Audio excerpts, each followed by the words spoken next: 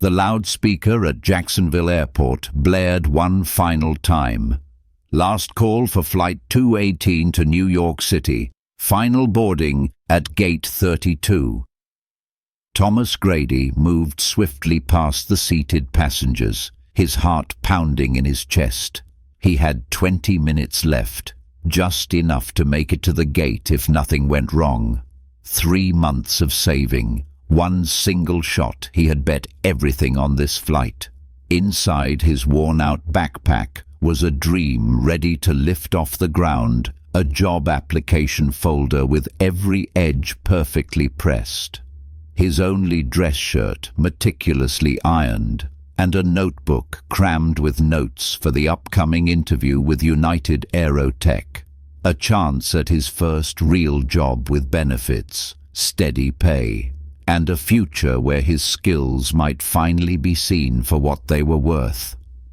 At 42, a man from rural Texas like him was used to being overlooked.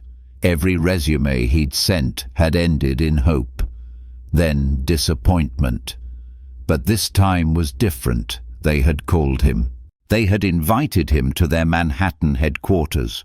For the first time in 15 years of fixing engines in a crumbling town garage, Thomas felt like he might finally be seen. He picked up his pace past the waiting area, palms damp with sweat, but his eyes bright with resolve until he saw her. An elderly woman, her silver hair pinned back with a simple plastic clip, was struggling with 3 mismatched suitcases at the security scanner. A light blue knit cardigan hung over her shoulders, clean, but clearly well worn. Each time she tried to lift a suitcase, her hands trembled in small, visible waves. Everyone else just walked past her fast, indifferent, not one person stopping. Thomas hesitated, checked his watch. 18 minutes left. He could keep walking. Opportunities like this didn't come twice. But he stopped and turned back toward her. "Ma'am, may I give you a hand with those?" His voice was deep, steady, sincere. She turned, her pale blue eyes sparkling with surprise. "Oh, thank you, young man. These bags feel heavier than I remember." He smiled gently. "They tend to do that when we carry them alone." Thomas didn't know, and she didn't say that this moment would rewrite the entire course of his life. Not through calculation, not through money, but through something far simpler, uncalculated kindness. Later, when everything had changed, people asked him, "Why did you risk a career opportunity just to help a stranger?" Thomas simply smiled. "Because when someone buckles under the weight of their baggage, I believe no one should have to keep walking alone." And from that seemingly small act of kindness began a journey that would surpass even his wildest dreams. Thomas lifted the largest suitcase with one hand, gently placing it onto the security conveyor belt. Years as a mechanic had given him strong arms, but what made the elderly woman smile wasn't his strength. It was the way he treated her gently, unhurriedly, without pretense. "Where are you headed?"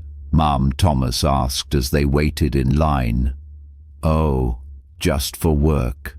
But at my age, all places start to blend together." She chuckled softly, her eyes still bright, as though hiding something behind the veil of silver hair. Her name was Grace. No last name, no business card.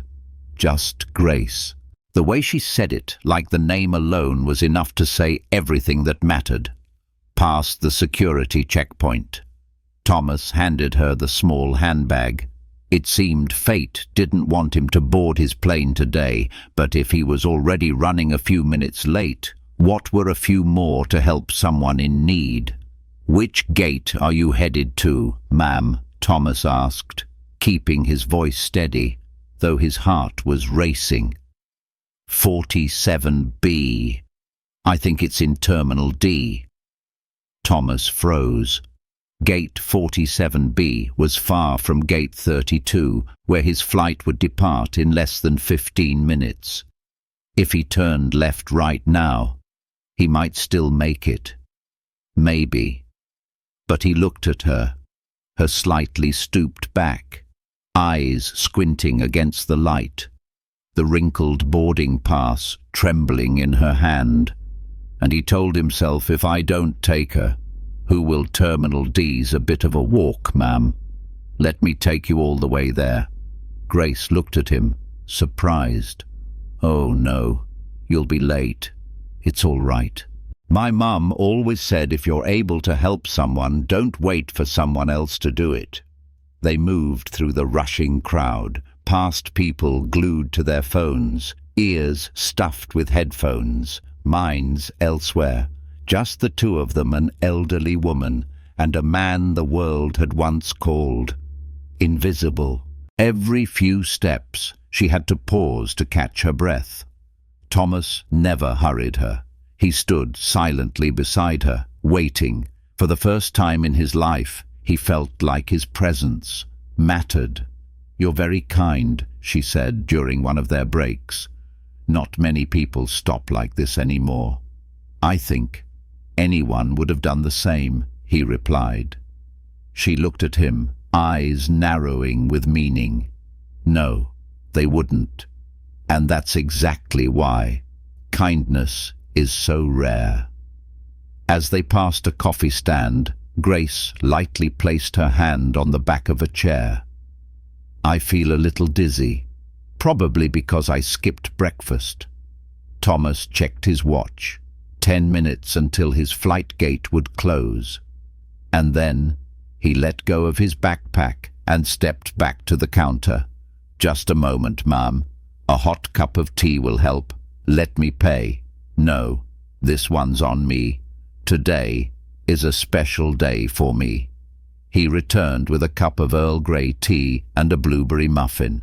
The moment she saw the muffin, she smiled like it triggered a distant memory. "This looks lovely. Thank you, Thomas." He had never seen anyone eat so slowly, so appreciatively, as if every sip of tea was a silent thank you to the world itself. "What brings you to the airport today?" she asked, voice as gentle as the breeze. "A job interview. In New York. First time a big company's ever invited me." Grace looked up at the digital board in the distance. Red text flashed, "Flight 218, final boarding, gate 32. She understood. "Oh dear, you missed your flight, didn't you? Because of me." Thomas offered a faint smile, masking the surge of worry inside. "There's probably another one later." He didn't have the heart to tell her the truth that the ticket was all he could afford, that the opportunity wouldn't come again, that tonight he had no idea where he'd sleep. "Let me walk you all the way to your gate. Everything else I'll figure out after." Gate 47B welcomed Grace with a stone-faced agent and a robotic announcement over the loudspeaker. Thomas set down her last suitcase beside the waiting area. He bent down slightly, adjusting her shawl and boarding pass. The words on the ticket caught him off guard. "First class, seat 1A." A modest woman, struggling to walk, yet seated in the very first row of the plane. But Thomas didn't ask. He figured maybe she had once done something significant in her life. Or maybe she simply wanted to gift herself a little kindness the world outside never offered. "Thank you for letting me help, Ma'am." "No, Thomas Grady. I'm the one who's grateful to you." Grace took his hand. her blue eyes glowing with something deeper than gratitude. Something Thomas couldn't quite name, but felt like a gentle current passing through his chest. He turned away, trying not to let her see the despair creeping into his slow walk back toward Terminal C. His phone had died hours ago. A new ticket, out of reach. A hotel room, not a chance. Every plan he had now lay behind that soon-to-close gate. Thomas found a bench near the baggage claim area. He leaned back against the cold wall, used his backpack as a pillow, and slowly drifted into a sleep heavy with regret. In his hand, the unused boarding pass still held its crease. 4 hours later, the airport at night glowed in a hushed, pale yellow. A janitor pushed a trash cart past him, casting him a look filled with pity, the familiar kind of glance people reserve for the homeless. And then a black car quietly rolled to the curb. Not your typical shuttle, its body gleamed under the lights. Custom plates, and a sharply dressed driver stepped out. The door opened, and someone stepped out. Thomas squinted. It was her, but not the unassuming Grace he had seen hours ago. This version stood tall with her hair neatly pinned, a deep red cashmere coat draped over her shoulders, Italian leather shoes, and a shimmering pearl necklace at her neck. But her eyes, those were unmistakable. Thomas. She called, her voice calm, like she'd simply arrived right on time. You shouldn't be here, ma'am. I thought you were on the plane.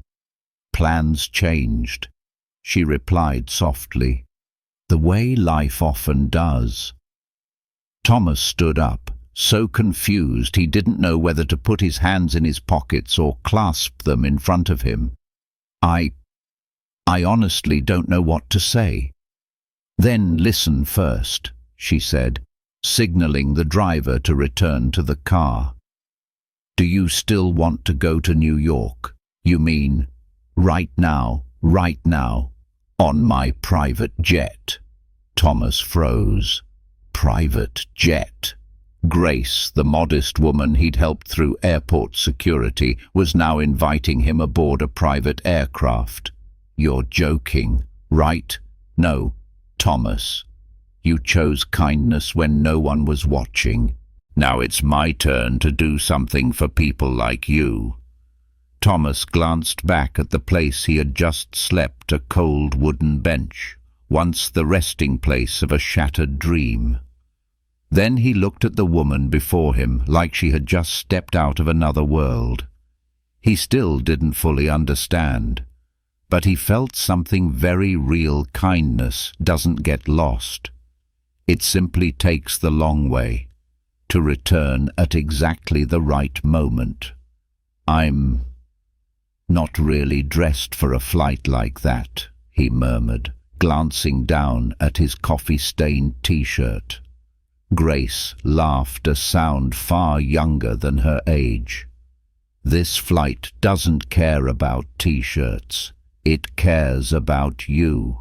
And just like that, Thomas, the man who once never dreamed beyond the Texas state line, was stepping into a luxury car, heading toward the private jet terminal and toward a new chapter of his life. He didn't know exactly where this flight would take him, but this time he was ready to take off.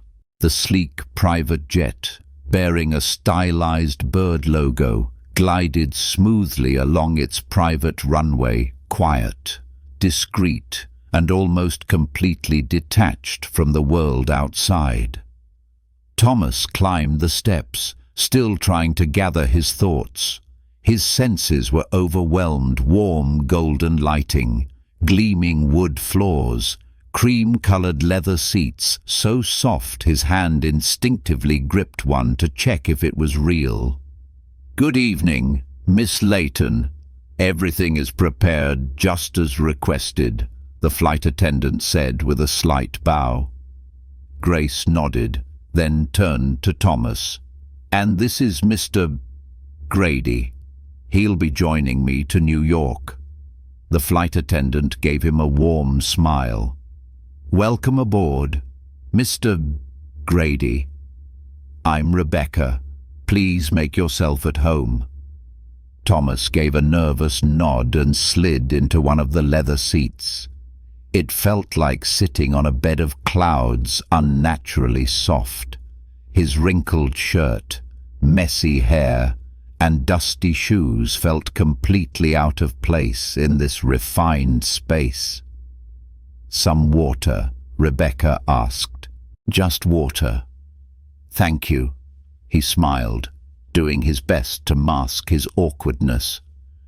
"Champagne for me." "Ballinger, please," Grace said, as casually as if she were ordering at a familiar cafe. As the plane began to taxi, Thomas looked over at the woman seated across from him, still Grace, and yet no longer just the elderly woman with old suitcases. "May I ask, who are you?" "Really?" Grace sipped her drink, her eyes hinting at a smile, but this time she wasn't hiding anything. "My full name is Grace Layton.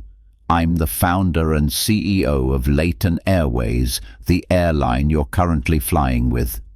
Thomas's heartbeat skipped. "You're the CEO. The woman who needed help with her luggage owns the whole airline." Grace nodded softly, her eyes still gentle, but now glowing with something sharper, like a spark. "Every year, I disguise myself as an ordinary passenger. I go from terminal to terminal like everyone else to see how my staff treat those they think no one notices. A test, a truth, reports, surveys, security footage. None of it reveals how people really behave when no one's watching. I want to see it with my own eyes, how the world reacts to vulnerability." Thomas fell silent. The scenes from that morning came flooding back, staff walking past her without a glance, gate agents glued to their phones, the blank stares of strangers. They didn't do well, did they? Grace didn't answer right away. She turned to the window, watching clouds drift by like streaks of memory. No, they didn't. But what struck me even more was how one random passenger did something my own employees didn't. She turned back to him, her gaze now sharpened, thoughtful. "You didn't know who I was, didn't know if anyone was watching, and still, you stopped." Thomas felt his throat tighten. He had never imagined that helping lift a suitcase could be seen as an action evaluated on a CEO's level. "I just saw that you needed help," he said quietly. "And that," Grace leaned in, her voice low and deliberate, "is what makes you different. In 15 years, I've only met 6 people who stopped purely out of genuine kindness, but none of them ever gave up their flight like you did." Thomas didn't respond, not out of embarrassment, but because he was beginning to realize sometimes a simple act, when done from the heart, can change the direction of an entire life. She didn't smile now. She looked at him directly, her tone firm. "And Thomas, This is only the beginning. Dinner on the private jet unfolded in a soothing silence, punctuated only by the gentle clink of silverware on porcelain and the faint aroma of pan-seared fish with herbs drifting through the cabin. Thomas had never tasted anything quite like it, not just because of the flavor, but because of the feeling of sitting across from someone like Grace Layton and being heard, not interrupted, not judged by his clothes, not dismissed because of where he came from. "You really want to know about me?" Thomas asked, as Rebecca refilled his glass. "I'm not asking to be polite," Grace replied, her eyes still locked on his. "I'm asking because I'm truly curious." So he told her about his father, the man who could diagnose an engine just by hearing it. About the years spent hunched under cars, working in a dusty hometown garage, hands always greasy, but heart still burning with something that never dimmed. "Engines are like music," Thomas said, his eyes lighting up for the first time that day. "Every problem has its own sound. Once you know the notes, all it takes is a listen to know what it needs." Grace nodded softly, her fingers brushing the rim of her glass. "I like how you talk about machines as if they're living things, because to me they are. I'm not good with people, but machines, I understand them." A pause. Then Grace asked a gentle question, but one that struck deep. "So what's stopping you from teaching that to others?" Thomas froze. "Me, teach people who've never touched an engine. Young minds in Kenya, Vietnam, Brazil, places with airports, but no one trained to maintain them safely. But I don't know anything about planes. You know how to understand an engine. The rest can be taught. But one thing can't: character." Grace sat up straight, her voice suddenly sharper, no longer the kind elderly woman with a teacup, but a CEO with vision. "For the past 3 years, I've been developing a plan to build aviation maintenance training centers in developing countries, places where demand is skyrocketing, but no one is investing in people. The hardest part isn't funding, it's people. I need someone who doesn't just fix machines, but knows how to teach others. Someone who isn't just technically skilled, but whose heart is big enough to understand the weight of every bolt, every life that will sit atop those wings." Thomas sat in silence. Every word from Grace felt like it opened a door he'd never dared to look through. Doors that led not to a job, but to purpose. "You're talking about me? I haven't invited anyone," she said with a smile. "I'm just laying out a problem. But maybe the person who can solve it is sitting right in front of me." Thomas turned to the window. Below, New York City sparkled like a galaxy laid at his feet. He thought about the old garage, about his father, who never once left the state, about the future students he might teach, the planes, maintained by hands he helped train from countries he never even dared to dream of. Grace set her coffee cup down, her voice softening. "Opportunity is rare, but what's even rarer is when someone realizes they deserve it." Thomas didn't reply. But something inside him had started to shift. Not gears, not engines, but the future. The hotel Thomas was taken to after the flight had no grand signs or red carpets. But from the 31st floor window, he could see all of Manhattan's breathtaking skyline, something he'd only ever seen in pictures. Soft yellow light bathed the envelope placed neatly on the table. The embossed logo of United Aerotech gleamed subtly on the paper. The contract was folded with care. Inside, a bolded line read, "Position Senior Powertrain Specialist, salary $162,000 year, full benefits. 2 weeks paid vacation. Sign before 12 p.m. tomorrow." Thomas collapsed into the chair. He'd had the interview just that morning, and like a miracle, they had said yes.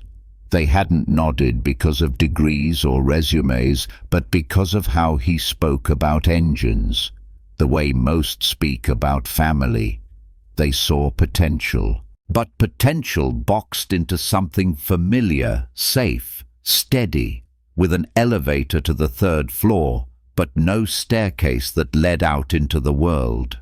Next to the Aerotech contract was Grace Layton's slender business card. It bore only a few things: her name, the bird-shaped logo, and a phone number. No title, no address, no social media, just a promise. "Call me after the interview. We'll continue the conversation." Thomas stared at the 2 choices. On one side, the job he had dreamed of his whole life. On the other, a vision not yet fully formed, held together only by the eyes of a woman who saw something in him he hadn't yet seen in himself. The phone rang. Caller ID, Grace Layton.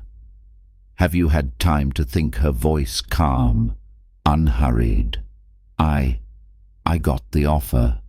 It's a good one, something to be proud of." "And how do you feel?" she asked, with not a hint of judgment. Thomas looked out the window. The city still sparkled. But inside him there was a hollow space no external brilliance could fill. "I feel grateful, but at the same time, I feel unfinished." "Because that's a job," Grace replied. "And I'm offering you a mission." Silence lingered for a few moments. "You can think more, but if you're ready, come to building 601, 50th floor at 7 p.m. tonight. I'll be waiting there. No pressure, no expectations, just dinner and a serious conversation." The call ended. Thomas set the phone down on the table. His calloused hands gently gripped the edge of the contract. He wasn't someone who welcomed change. He once thought leaving his small-town garage was the bravest thing he'd ever done. But now, real courage meant daring to believe he was worthy of something bigger. At exactly 6:57 p.m., the familiar black car pulled up in front of the hotel. The driver stepped out and gave a polite nod. "Mr. Grady, I've been instructed to take you to meet Miss Layton." Thomas wore his only blazer, the one he had used for his cousin's wedding, not to impress, but to remind himself no matter where he started, he had every right to walk into any room based on the truth of who he was. The car glided through glittering avenues, arriving at a towering glass building in the heart of the Gold Coast district. Inside, someone guided him through a private elevator, leading to a small dining room. No sign, no menu, just a round table, candlelight, and Grace, already seated, with a folder open in front of her. Thomas, she said as he entered, offering a soft smile. "Right on time. I like that." He pulled out the chair and sat down. His heart beat faster, not from fear, but from the quiet certainty that his life was about to be rewritten, starting with a single question. A question that would change everything. "I've been following your profile long before that flight ever took off," Grace said as the appetizer was being served. Thomas looked up, surprised. Setting his glass down, "I thought meeting you was just a coincidence." Grace tilted her head, eyes flashing with a subtle sharpness. "Coincidence is a reward, but observation is never random." She opened the folder in front of her. Inside were printouts from LinkedIn, technical reports Thomas had written for the small garage in Garland, and even a short article he had posted to a mechanical forum 4 years ago, "Listening to Machines, What My Father Taught Me." Thomas blushed. "You looked into me before all this. I don't invest in people I don't understand. I was simply waiting for a moment to see who you really are." And that morning at the airport, that was the moment. Dinner gradually settled into a quiet calm, not the silence of awkwardness, but of truth. No more doubt, no more need to be overly modest. Thomas knew now she truly believed in him. Grace unfolded a world map across the table. Lines stretched from Africa to Southeast Asia, from Brazil to Eastern Europe. This was the network Leighton Aviation was preparing to launch aircraft maintenance training centers in rapidly growing markets. "I need someone like you starting with Kenya," she said. "You'll train for 6 months in Seattle, working alongside our top engineering team. After that, you'll select your team, design the curriculum, and run our first center in Nairobi." Thomas sat in silence. Each word rang through him like a long, resonant bell. "Why me?" he asked, genuinely. Grace didn't blink. "Because you helped someone without needing to know who they were. Because you thanked a flight attendant by name. Because you know how to listen to machines in silence and when to speak kindness out loud. Skills can be taught. Character cannot." She slid another folder across the table, an official offer. Salary triple that of Aerotech. Full authority to build the training program. Housing, travel, insurance, all covered. It wasn't a reward, it was a partnership. A vote of confidence not based on where he studied, but on how he lived. Thomas looked at the pen resting beside the contract. He thought of his father, the man who never left the garage, who always believed the outside world wasn't built for people like us. He thought of nights spent beneath a tin roof, fixing cars while dreaming of a future he'd never had the words to name. And then he thought of Grace's gaze, not the gaze of an employer, but of someone who saw the best in him, even when he'd never believed it existed. "I need time to think." Grace nodded. "You have until the end of the night. No one's pressuring you," Grace said. "But if you sign, we begin tomorrow. And if I don't, the car will take you back to the hotel. And I'll wish you the best at Aerotech, no resentment. Because I don't choose people who are hesitant to walk beside me." She stood and walked away, leaving Thomas alone with the glow of the city streaming through the glass. He picked up the pen, lightly, but it felt as if he was holding an entire world between his fingertips. There was no one there to cheer him on, no camera flashes, no applause, just a regular man choosing to rewrite his life with the very first signature of courage. And as the tip of the pen touched the page, Thomas knew he was no longer the man who missed his flight. He was the man who was taking off. Morning in Nairobi began with a light unlike that of America, not dazzling, not harsh, but gentle and steady, like the land itself. Thomas stood on the third-floor balcony of the Leighton Aviation Maintenance Training Center, the very first of the global network Grace had once laid out across the dinner table. Below, 3 Embraer jets sat ready for engine inspection. Through the thick glass, he watched a team of 30 engineers, some Kenyan, others from remote villages working with remarkable precision. Every move, every check, was the result of hundreds of hours of training. Thousands of times he had revised blueprints, refined simulators, reworked system diagrams. A familiar voice rose behind him. "Mr. Ross, I must say, from blueprint to reality, you've exceeded every expectation."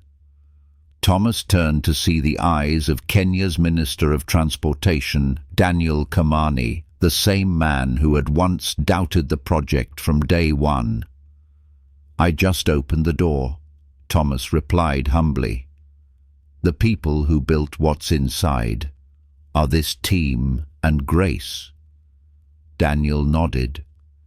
"And I hear you just secured your first contract with Ethiopian Airways." Thomas smiled. "That's right. 3 aircraft will arrive next week." Below them, the sounds of drills and instructors guiding new trainees echoed through the morning sun. None of the students knew that the man standing on the balcony had once slept on an airport bench with a backpack as his pillow. All they knew was that he was the one who had turned mechanical dreams into real opportunities. A black car pulled up quietly at the base of the building. Thomas knew immediately who had arrived. Grace stepped out, her pace slower than before, but her eyes still sharp as they swept across the new facility, the office wing, the simulator training bay, the dormitory rows, the dining hall, and the newly expanded runway. Every detail had been built from the original plan she and Thomas had sketched together in that glass-walled room in New York.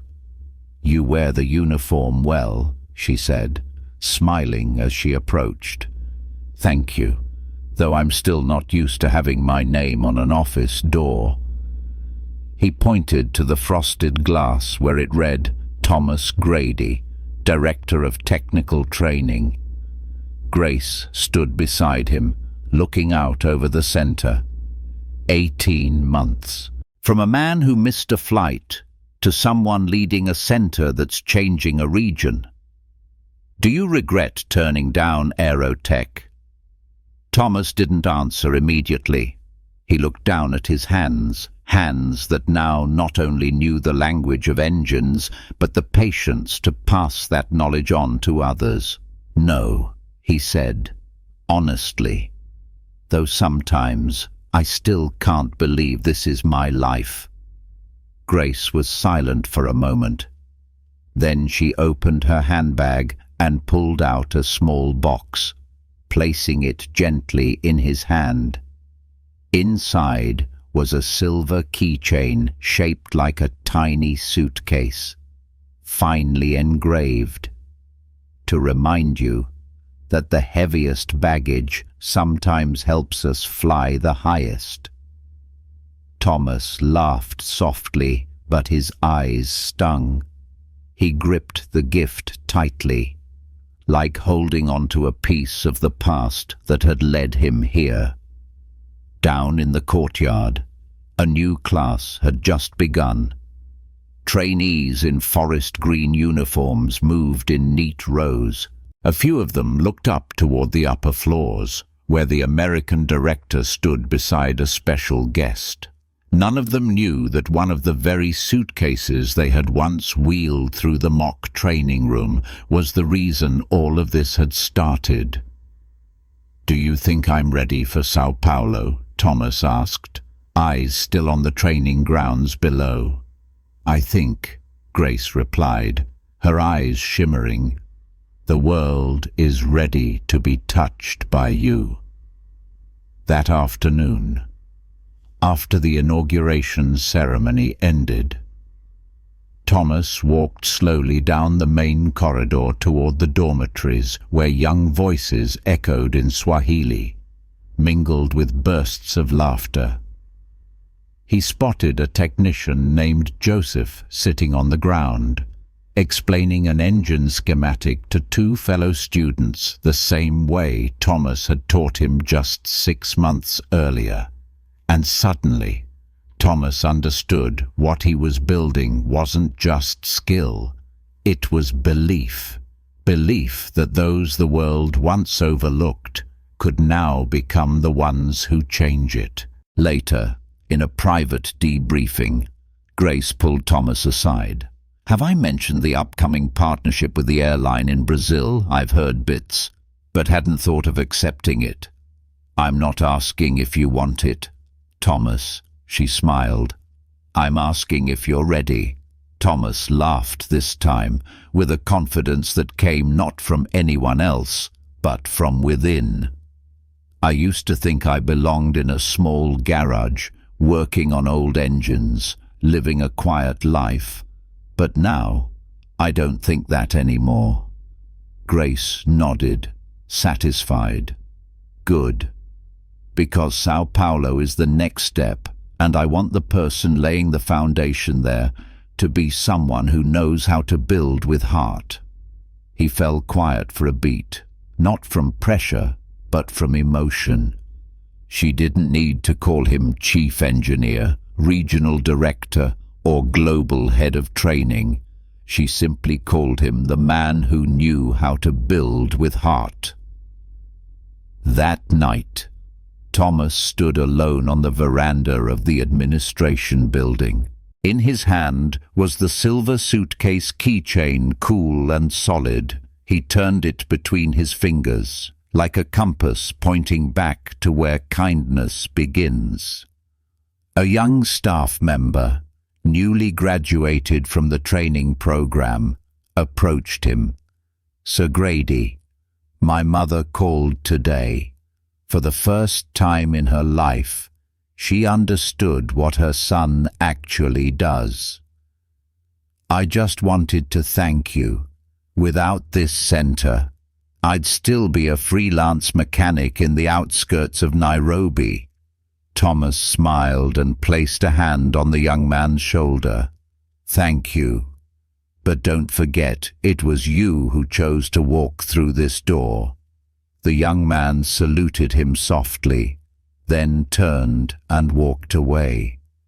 And in that moment, Thomas understood a deeper truth. He wasn't just training technicians. He was helping people believe they were worthy of rising.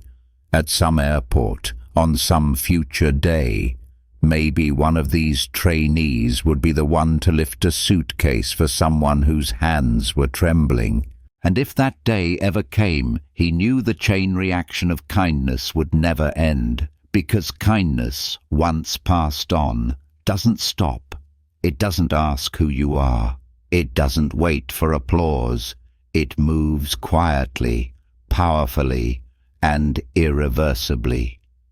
3 months later, Thomas sat in the glass cockpit of a plane descending into Sao Paulo, the next city in Leighton Aviation's training network expansion.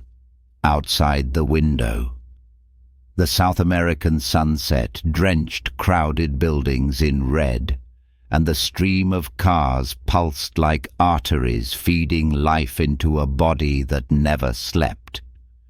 He was no longer the man boarding his first private jet. no longer the mechanic attending an interview with his one ironed shirt. Now, he carried with him the faith of hundreds of trainees and a new kind of expectation he once thought too big for himself. In his carry-on, there were no resumes, only training manuals, architectural blueprints for a new center, and a handwritten letter from Grace.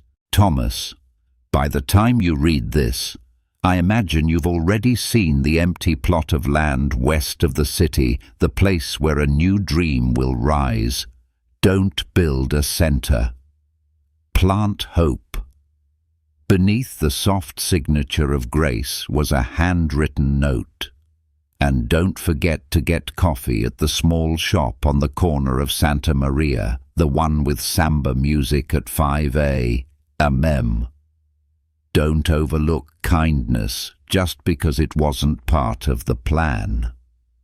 Thomas smiled, folded the letter, and tucked it inside his shirt right next to the tiny suitcase keychain. Back in Nairobi, his first center was no longer a construction site. It had become a community. The original technicians were now instructors for the new cohort. Some had been sent to continue their studies in Singapore. Others wrote him handwritten letters of thanks in English riddled with misspellings, but so honest it caught in the throat. He read each line. One student wrote, "Since wearing this uniform, my father called me a man for the first time. Not because of the money I earned, but because of how I talk about the future." And Thomas realized his job wasn't just about passing on skills. It was about restoring dignity, something poverty and prejudice had tried to suffocate. None of them knew about the suitcase. They didn't know that a single act of kindness toward a stranger was the spark behind it all. But Grace knew, and Thomas had never forgotten. During a press conference with regional airlines, someone asked, "What has been your greatest achievement in working with Leighton Aviation?" Thomas didn't mention the number of aircraft serviced. He didn't cite financial performance. He told the story of the airport. No names, no titles, no expectations of recognition. The greatest achievement was helping someone believe that kindness is still the right choice, even when no one's watching, and then proving that choice can change the entire world. The front row sat in silence, but no one looked away. Because sometimes what moves people isn't data, it's the simple truth. One person can change the course of fate just by bending down to lift someone else's suitcase. Before the graduation ceremony for the 4th training cohort at the Nairobi Center, Thomas stood in his office, looking at the framed photo hanging behind his desk. In the photo, he stood hands still stained with engine grease next to Grace on the day they completed the first training course in Seattle. Both of them were smiling. No show, no performance, just a real smile. Beneath the photo was a small handwritten line by Grace herself. "Kindness creates opportunity." It was the motto she had insisted on keeping, even when the marketing team had urged her to replace it with something more brandable. The graduation ceremony began. The trainees, hailing from 6 countries, stepped onto the stage in deep green uniforms to receive their certificates. Every handshake, every glance held something far beyond technical knowledge, a belief that they now had a place in an industry that had once closed its doors to them. After his speech, Thomas stepped into the courtyard. A young girl, no older than 8, ran up to him holding a small wooden airplane model.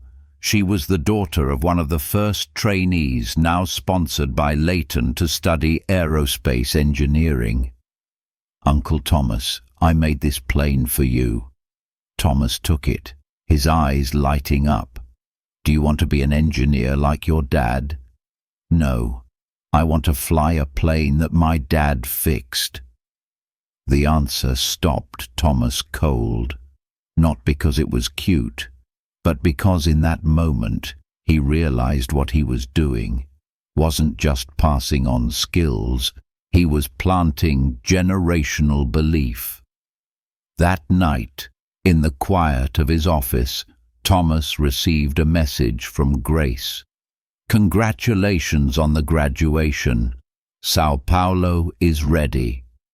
But there's one more destination. If you're willing." He replied, "I'm listening." Less than a minute later, she sent a location, a small village near the Vietnam border, where Southeast Asia's first aviation training center was now under construction. No contract, no slide deck. Just one sentence: "I need someone who doesn't care whether they get credit, only that the job is done right." Thomas didn't hesitate. He looked around the room that had once symbolized his peak and realized the peak isn't a position, it's the ability to keep giving what's right, even when no one asks you to.